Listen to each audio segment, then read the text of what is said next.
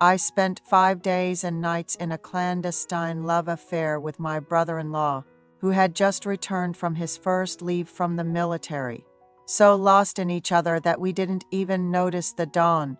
Here I confess this secret story that I cannot share with anyone else on this channel. Yesterday, as I was shoveling the freshly fallen snow that had piled up, I heard footsteps behind me, and then a strong voice called out, "Loyalty." Private Steve reporting for vacation duty to my beloved sister-in-law. I was startled by the loud voice and turned around to see my brother-in-law, who had enlisted 3 months ago, saluting me in his uniform with his face bronzed from the sun.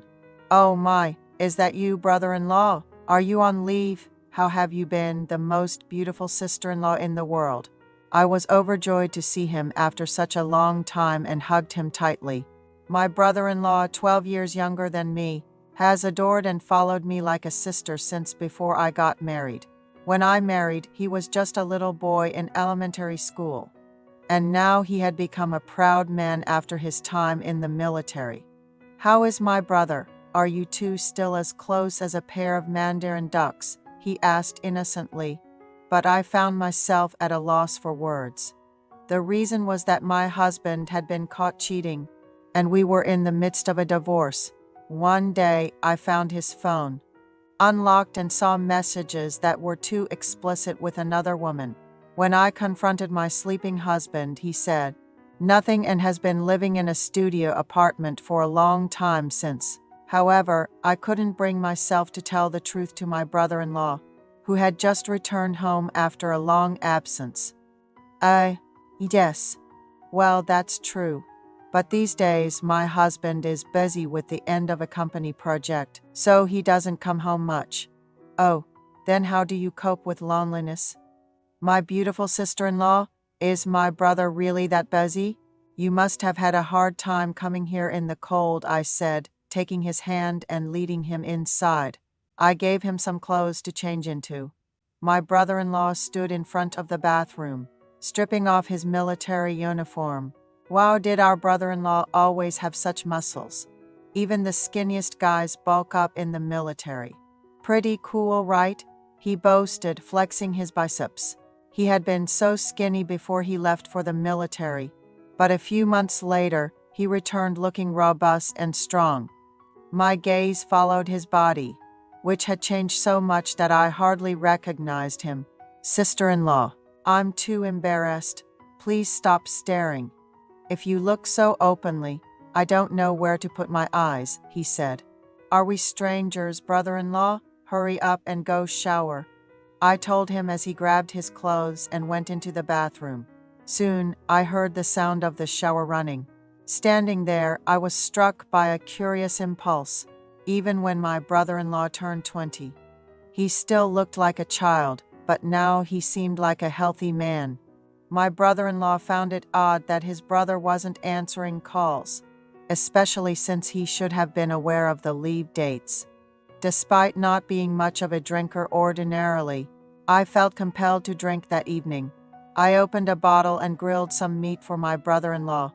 The food at the base can't compare to the delicious, home-cooked meal from my beautiful sister-in-law. The liquor goes down smoothly too. "You should have a drink with me," he suggested. "All right, but just so you know, I'm planning to drink quite a bit tonight." "Don't judge me for anything," I replied. "Of course, sister-in-law, do as you please," he said, pouring me a drink. Though I'm not one to handle alcohol well, I took a bold shot in consideration of his kindness. But the alcohol was quite bitter. "How do you stay so well managed, sister-in-law? You truly are beautiful," he complimented. "Now, don't make me blush. There are plenty of fresh-faced women in their 20s out there. Don't just say nice things for the sake of it," I retorted. "No, I'm serious. I'll marry someone who resembles my sister-in-law's style." "You are my ideal type," he confessed. I felt pitiful guarding the home alone without my husband, and my brother-in-law, joyous from his first leave, seemed oblivious to my troubles. I don't usually drink. The most I've ever had was 2 glasses. But while talking with him, I ended up having 3. After dinner and some oranges, we watched a favorite variety show, But then my brother-in-law excused himself to sleep. Sister-in-law, I'm going to bed now. The bus ride here was exhausting, but I'm really happy to be on leave. All right, sleep well. I won't wake you up tomorrow, so rest as much as you need, I responded. As I watched him retire for the night, a strange emotion stirred within me. I found myself wishing to be held in the arms of such a youthful and healthy man. Perhaps it was the 3 glasses of alcohol, a first for me, but I lay in bed unable to sleep. Just a few steps away, I felt the urge to spend time with my brother-in-law, who had looked so strong after shedding his military uniform. I'm not usually forthcoming about my intimate relations, but tonight sleep seemed elusive. Why am I acting this way? It seems to be my fertile period. That's probably why I can't just sleep, I thought to myself. So I came up with an idea to wake my brother-in-law. Quickly changing into going out clothes, I knocked on his room. He asked what was wrong, and I told him.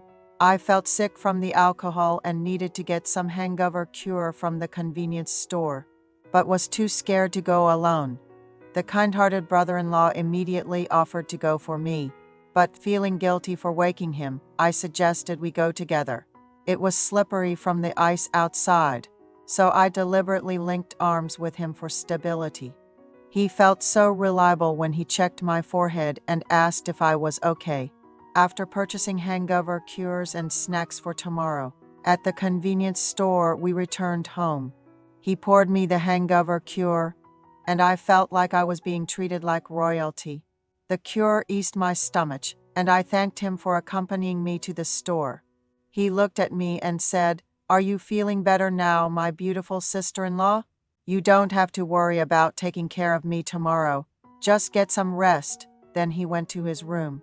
I tried to sleep, but I felt if I just slept tonight, I would regret it for a long time.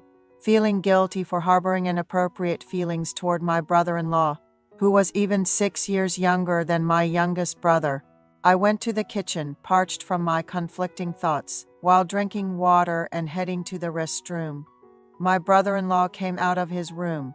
Seeing my face again, he asked, "Sister-in-law, you look so down. Is something wrong?" I invited him into my bedroom, wanting to lie down and talk. Sitting on the vanity chair, he listened as I revealed my heart at how my husband had been unfaithful, never apologized, and just left to live on his own terms.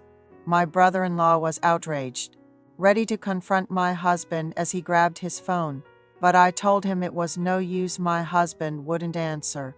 Yet he called and my husband picked up nonchalantly. "Bro, I'm on leave." "Where are you?" "You're back." "I'm too busy to come home. Just relax and then return to duty." My brother-in-law was furious at my husband's indifference, even towards him. We never expected such a change in my husband, who used to adore and raise my brother-in-law like his own child. We were both delighted by the bond they shared, playing with our child. And we had even planned to generously support my brother-in-law when he married, trying to suppress the desires welling up inside me after exposing such vulnerability. It seemed my brother-in-law had read my mind. Unable to hold back any longer, he embraced me, and we shared a moment of intense passion. His embrace was warm, but I was filled with a sense of alarm afterward. "Should we have done this? What now?" I questioned. He admitted, "The moment I stepped into the yard, I saw you and felt something else. Hiding it was hard. I couldn't sleep after dinner.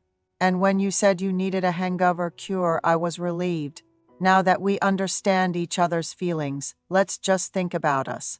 "If that's what you want, I'm ready to be in your arms whenever," I replied. We decided to date during the remainder of his leave. We shared intimate moments with just a glance, visited restaurants, and went for drives. When I asked if he minded being with me instead of his friends, he confessed, "You're the most important person to me. I love you."